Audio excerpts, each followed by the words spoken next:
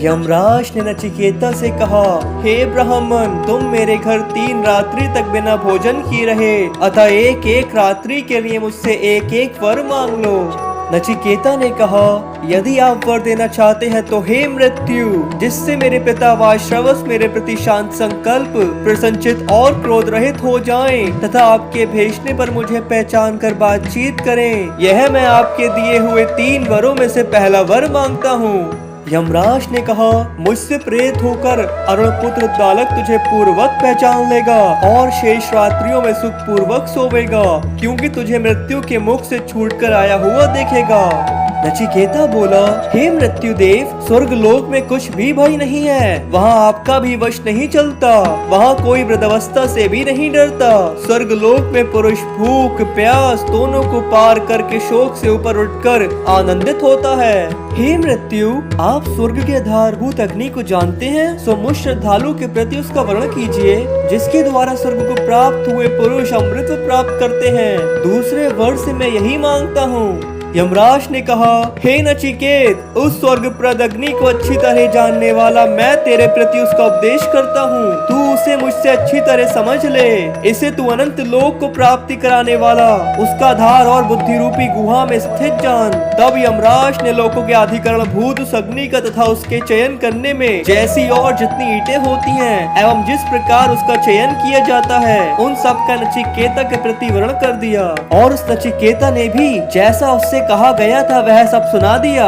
इससे प्रसन्न होकर मृत्यु फिर बोला, अब मैं तुझे एक बार और भी देता हूँ, यह अग्नि तेरे ही नाम से प्रसिद्ध होगा और तू इस अनेक रूप वाली माला को ग्रहण कर। नचिकेत अग्नि का 3 बार चयन करने वाला मनुष्य माता पिता और आचार्य, इन तीनों से संबंध को प्राप्त होकर जन्म और मृत्यु को पार कर जाता है तथा ब्रह्म से उत्पन्न हुए ज्ञानवान और स्तुति योग्य देव को जानकर और उसे अनुभव कर इस अत्यंत शांति को प्राप्त हो जाता है। जो त्रिनाचिकेत विद्वान अग्नि के स्त्रय को, यानी कौन ईंटे हो, कितनी संख्या में हो और किस प्रकार अग्नि चयन किया जाए, इसको जानकर नचिकेत अग्नि का चयन करता है, वह देहपास से पूर्व ही मृत्यु के बंधनों को तोड़कर शोक से पार हो स्वर्गलोक में आनंदित होता है। हे नचिकेत, तूने द्वितीय वर्ष से जिसे वर्ण किया था वह स्वर्ग का साधन भूत अग्नि तुझे बतला दिया, लोग इस अग्नि को तेरा ही कहेंगे। हे नचिकेत, तू तीसरा वर और मांग ले। नचिकेता बोला, मरे हुए मनुष्य के विषय में जो यह संदेह है कि कोई तो कहते हैं रहता है और कोई कहते हैं नहीं रहता, आपसे शिक्षित हुआ मैं इसे जान सकूं, मेरे वरों में यह तीसरा वर है। यमराज ने कहा, पूर्व काल में इस विषय में देवताओं को भी संदेह हुआ था, क्योंकि यह सूक्ष्म धर्म सुगमता से जानने योग्य नहीं है। हे नचिकेत, तू दूसरा वर मांग ले, मुझे ना रोक, तू मेरे लिए यह वर छोड़ दे। नचिकेता बोला, हे मृत्यु, इस विषय में निश्चय ही देवताओं को भी संदेह हुआ था तथा इसे आप भी सुगमता से जानने योग्य नहीं बतलाते, इसी से वह मुझे और भी अधिक अभिष्ट है तथा इस धर्म का वक्ता भी आपके समान अन्य कोई नहीं मिल सकता और न इसके सम्मान कोई दूसरा वर ही है। मृत्यु ने कहा, हे नचिकेत, तू 100 वर्ष की आयु वाले बेटे पोते, बहुत से पशु, हाथी, स्वर्ण और घोड़े मांग ले, विशाल भूमंडल भी मांग ले तथा स्वयं भी जितने वर्ष इच्छा हो जीवित रहे। इसी के समान यदि तू कोई और वर समझता हो तो उसे अथवा धन और चिरस्थायी जीविका मांग ले। हे नचिकेत, इस विस्तृत भूमि में तू वृद्धि को प्राप्त हो, मैं तुझे कामनाओं को इच्छा अनुसार भोगने वाला किए देता हूँ। मनुष्य लोक में जो जो भोग दुर्लभ है उन सब भोगों को तू स्वतंत्रता पूर्वक मांग ले। यहाँ रथ और बाजों के सहित ये रमणियां हैं, ऐसी स्त्रियां मनुष्य को प्राप्त होने योग्य नहीं होती। मेरे द्वारा दी हुई इन कामनियों से तू अपनी सेवा करा, परंतु हे नचिकेत, तू मरण संबंधी प्रश्न मत पूछ।